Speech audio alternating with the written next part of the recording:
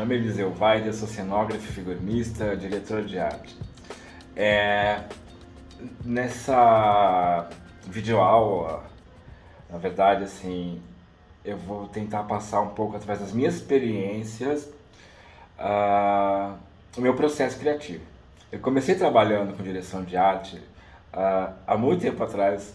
Eu criava os shows de boates gays, como a Rave, a Blue Space, mas a Rave assim, foi a primeira boate que eu trabalhei, que foi nos anos 90.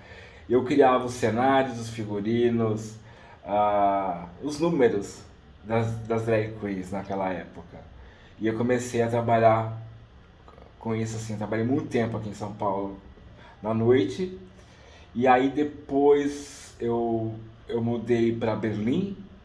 E em Berlim eu precisava ter contato com mais, como posso dizer, algo mais profissional. Que eu sempre fui, meu trabalho é feito assim porque eu, de uma certa forma, sou autodidata, entendeu?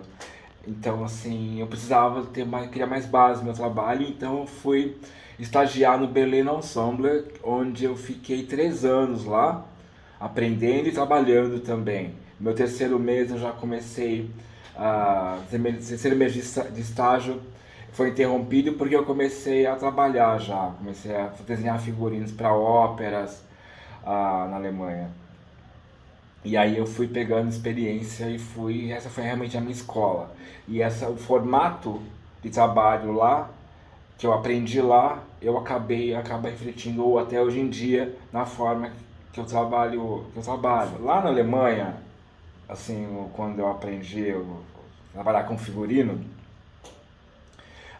eu trabalhava, assim, tudo começava, claro, a leitura do texto, depois uma conversa com o diretor, e aí assistia alguns ensaios, e aí eu começava a criar os meus croquis, os desenhos dos figurinos. Quando eu começo a criar, a desenhar os figurinos lá, eu aprendo que você busca muita informação na pesquisa do que está fazendo, claro, mas você finaliza isso e dá um arremate disso na rua. Eu procuro sempre ir quando estou desenhando, sento numa praça, fico observando as pessoas. Entro no metrô, observo as pessoas, observo como uma pessoa amarra um lenço, como está carregando a bolsa, porque tudo isso pode servir como combustível para você fornecer para o ator, entendeu? Porque você trabalha assim, eu trabalho com a visão do diretor, com a visão do autor, a visão, daí a gente passa para a visão do diretor, aí entra a minha e tudo vai filtrado e chega no ator, que a gente vai juntar tudo. Então assim, um vai contribuindo com o outro, ninguém faz nada sozinho. Então assim, o processo que eu sigo é sempre esse que eu aprendi lá, assim, na minha vivência lá, e eu carrego até hoje, que é sempre você fazer a decupagem do texto, ver o que o texto precisa, e aí depois você vai conversar com o diretor, as necessidades que o diretor tem, e aí você vai para o ensaio e observa o ator, e aí você começa a construção de um figurino. Eu faço assim, por exemplo. O processo de criação, no caso figurino de ópera que eu fiz assim, na Alemanha, eram 4 semanas intensivas de trabalho, onde você começa a criar, assim, você faz a decupagem do texto da ópera, trabalha intensivo com o diretor, vê as necessidades dele.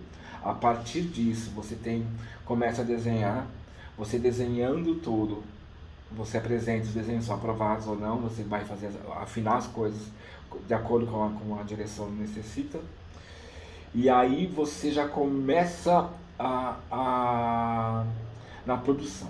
A produção vai funcionar como? Vai funcionar que você vai não só na ópera, em casa de ópera, mas assim, no teatro também, lá nas grandes casas de lá, Você vai ter o quê? Você tem no caso de figurino, meu primeiro contato ia ser com a chefe de figurino. A chefe de figurino me encaminhava para uma espécie de tecidoteca, onde eu tinha acesso a vários mostruários de tecidos, que eu ia.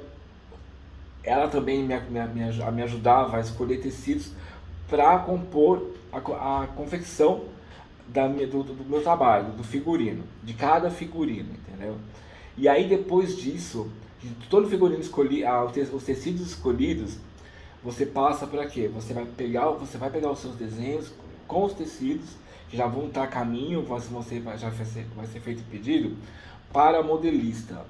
Então assim, o desenho quando eu faço um desenho, eu procuro assim, eu tentar tratar os dois lados. O primeiro lado é assim, vender o que eu estou tentando propor, que é uma imagem mesmo. Eu sempre desenho imagens, assim, eu faço desenho de figurino, mas é uma coisa que é para agradar os olhos, sabe? Para chamar a atenção, para trazer o impacto que eu quero trazer na cena, ele no palco. Só que, e assim ajudar também o próprio ator e o diretor a seguir os caminhos, já tendo uma visualização daquela figura. Quando, a partir disso, também tenho que ter um desenho técnico desse figurino. Então eu tenho que ter, se eu, por exemplo, desenhei uma camisa, e a camisa tem uma gola, que a gola é arredondada, aí eu tenho que ter exatamente assim, eu posso no meu desenho que eu estou ilustrando, para mostrar para a direção, para os atores, a camisa pode estar meio torta, não precisa estar tão perfeita, mas quando eu estou mostrando um desenho técnico para a equipe que vai começar a trabalhar com esse figurino, ela tem que poder traduzir isso para molde. Então, quanto mais fácil a gente trabalhar, entregar para uma costureira, por exemplo, um desenho com referência, se você não consegue desenhar muito bem, você pega esse desenho e pesquisa uma foto, coloca junto uma coisa semelhante ao que você quer estar tentando propor, que vai facilitar o caminho.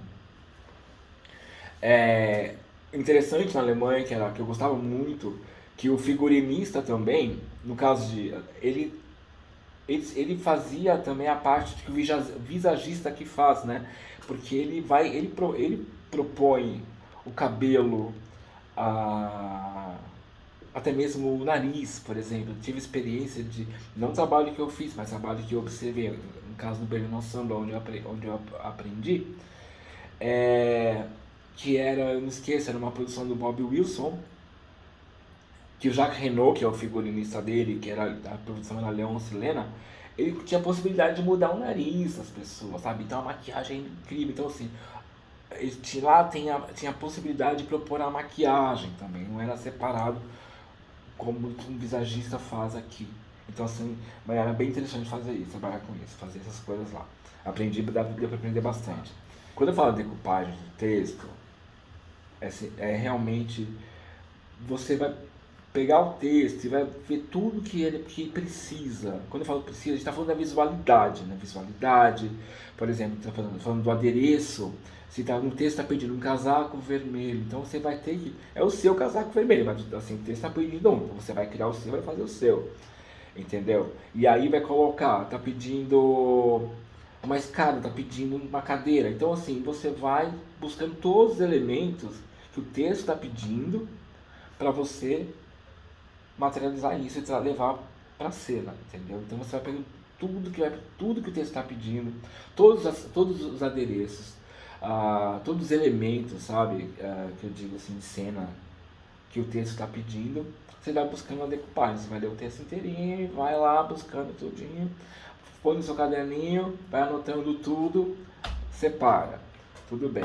Porque isso também, depois que você vai separar, você tem toda essa lista do que você precisa ter, que é concreto, você pode soltar um pouco a cabeça, ser criativo e colocar a sua cabeça, sabe, sua criatividade em ação, entendeu? Que você vai começar, eu quero uma cadeira, mas a cadeira não precisa ser uma cadeira normal, entendeu? Você inventa a sua cadeira, você vai criar a sua cadeira, de acordo com a necessidade que o seu diretor está pedindo também, tem essa também. Eu vou passar a ter ideias, a pesquisar coisas após a decupagem, porque eu vou saber tudo que eu necessito. E aí, às vezes, é necessário, por exemplo, dependendo do trabalho, uma época. Então, você vai ter que pesquisar a época. Então, você está pedindo uma cadeira.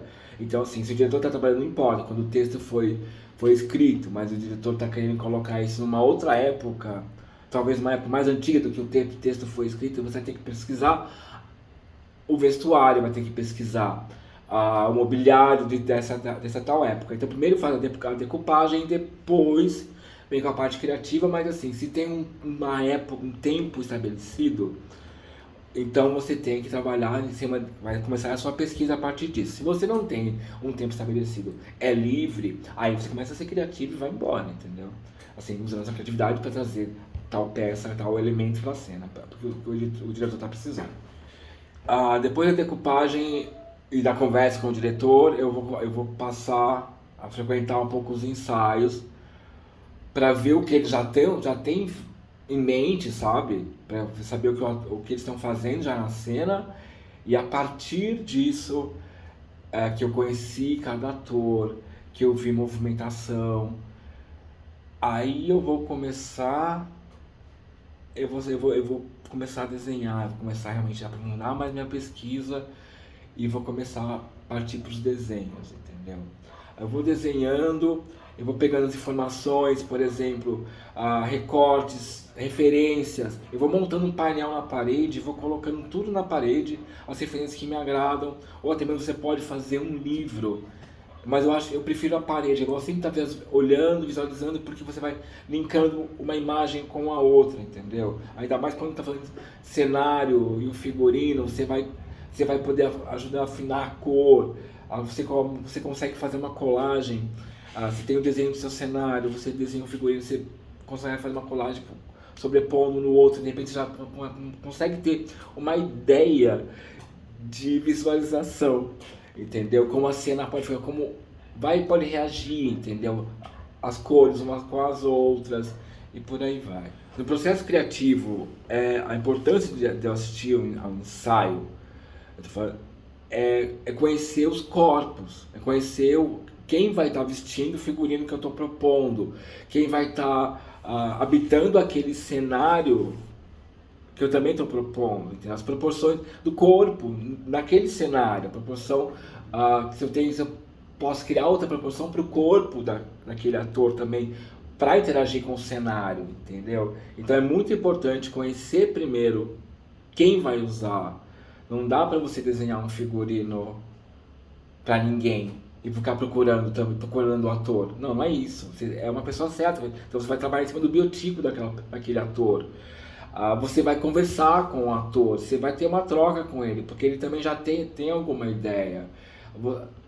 Um acaba contribuindo com o trabalho do outro, que o ator não vai fazer sozinho aquele personagem, nem você vai fazer sozinho aquele figurino, entendeu? Você vai juntar tudo, então eu acho que é muito importante tá no ensaio, entendeu? Porque acontecem muitas coisas importantes durante o ensaio. A postura do ator, a voz do ator influencia muito para mim quando eu estou construindo um figurino, quando eu estou começando a construir essa imagem, porque ele já te traz isso, ele traz a energia, na verdade, que essa figura tem que ter. Então você vai saber o que essa figura vai vestir. Você vai conseguir chegar nesse caminho muito mais fácil, entendeu? Então eu gosto muito de dar uma transitada nos ensaios e aí eu venho com a minha ideia. O que me ajuda também bastante, eu presto muita atenção na trilha, até mesmo quando ela não está pronta, mas até mesmo as referências de quem está compondo a trilha me ajuda muito, porque você sente temperatura, sabe? A música e a luz, né? E sabe a temperatura para um trabalho. Então é muito importante você saber onde você pode transitar. Aí até influencia na escolha de cores isso. Eu acho muito importante essa ligação, essa conversa com os outros profissionais, entendeu? Com o iluminador, e saber quem está fazendo a trilha vai propor, entendeu? Eu tenho, no caso, quando eu fiz Buraquinhos, na cenografia do Buraquinhos, nós temos uns tênis que ficavam suspensos. E foi muito importante quando a trilha entrou, que esses tênis tinha um momento que eles desciam. E era um momento muito bonito, porque tinha um cello, e quando tocava o cello, quando a Erika tocava o cello, e assim, e a descida desses tênis vinha certinho com a música, sabe? Então era assim, tudo casava, tudo se encaixava. Então assim, a trilha ajuda muito, tem que prestar atenção em tudo, é muito bonito. Eu vou falar agora do processo da Antígona. Antígona, a produção assim, ela tinha era baseada nesse épico, né? Então assim, dava para brincar muito com o real, porque se passa agora, na verdade, talvez no futuro distópico, e assim, brincar com as coisas épicas, sabe, da Grécia Antiga, assim. Então foi bem interessante brincar com formas, tudo, e assim com símbolos. Nós tínhamos uma figura, que ela se tornou uma figura, na verdade, antes ela seria várias figuras, mas por falta de dinheiro, falta de elenco, foi sintetizado numa figura só, que virou coro. Ele precisava de um coro, e esse coro virou uma pessoa só, uma atriz só. Então todos os figurinos que eu tinha desenhado para esse coro, eu sintetizei em um só.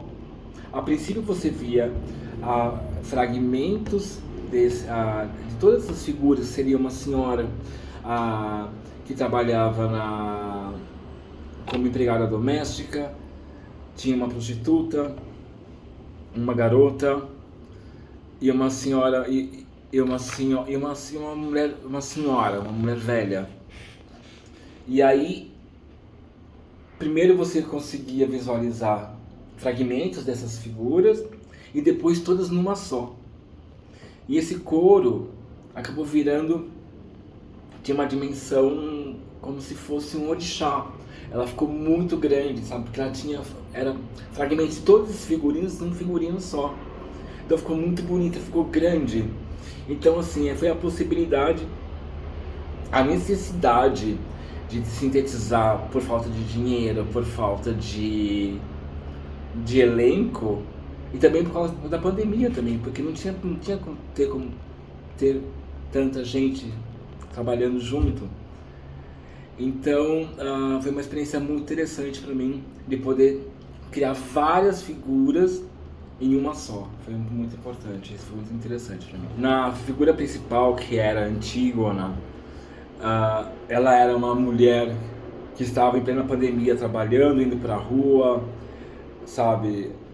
Então assim, como era uma coisa que tinha que ter uma cara de futuro distópico, foi criado, assim, nós criamos era um macacão preto,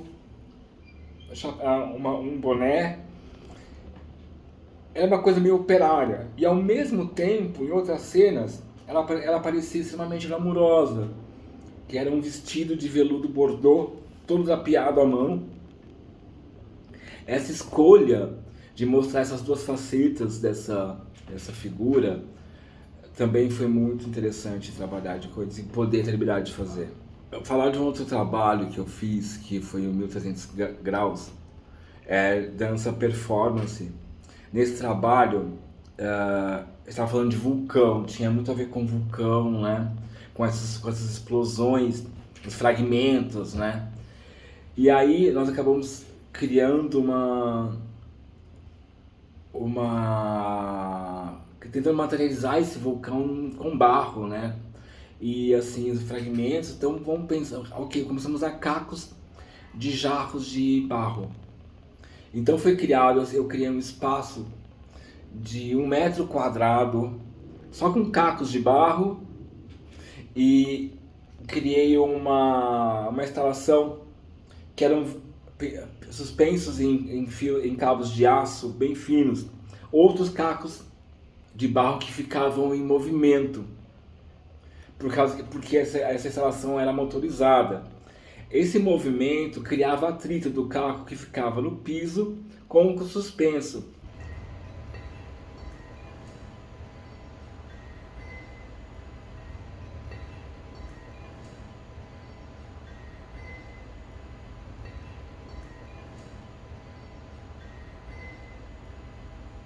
esse som que saía dessa instalação deu, deu muito suporte para a performance inteira, para dar suporte de calma a princípio, porque era um som muito suave, mas quando a performer entra em cena e com a força dela, aquela instalação que era muito tranquila, muito calma, também acabou absorvendo essa força e teve essa mesma tensão, sabe, de atrito, a potência do que a performer queria trazer como se fosse um vulcão. Então foi muito interessante, foi muito legal fazer isso também. O figurino dessa performance, ele está falando de vulcão, né? Mas assim, às vezes eu procuro não ser tão literário nas coisas, sabe? Tentar, sei lá, fazer algo totalmente primitivo, alguma coisa assim, não. Esse figurino, ela estava usando uma alfaiataria de seda azul claro, muito lindo, muito bem cortado, e assim, tinha umas nuances, umas fendas nas costas, onde quando ela se movimentava, você via a pele dela, da performer. A alfaiataria, no caso, o figurino vai ver com um contraponto, entendeu? Que o barro é primitivo, que o barro é totalmente orgânico, né?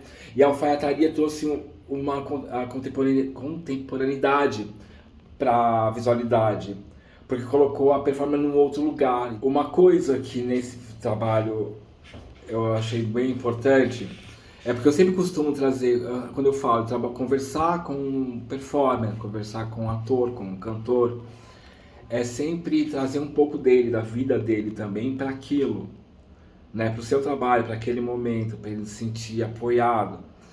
No caso desse trabalho, a performer, ela tinha uma relação muito bonita, muito importante com pérola, porque a mãe usava um colar de pérolas, a mãe gostava de pérolas, e a mãe não estava mais presente.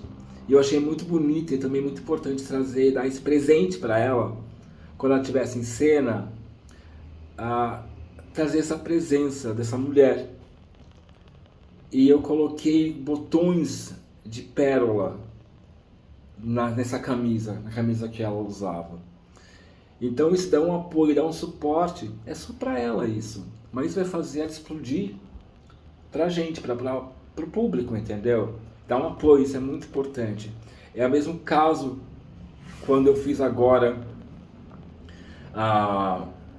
Macacos com Cleiton Nascimento, e ele usa apenas uma bermuda. Ele tá sem camisa, descalço, não tem cenário e só aquela bermuda. E quando falavam só bermuda, né? Eu pensei, não pode ser só uma bermuda.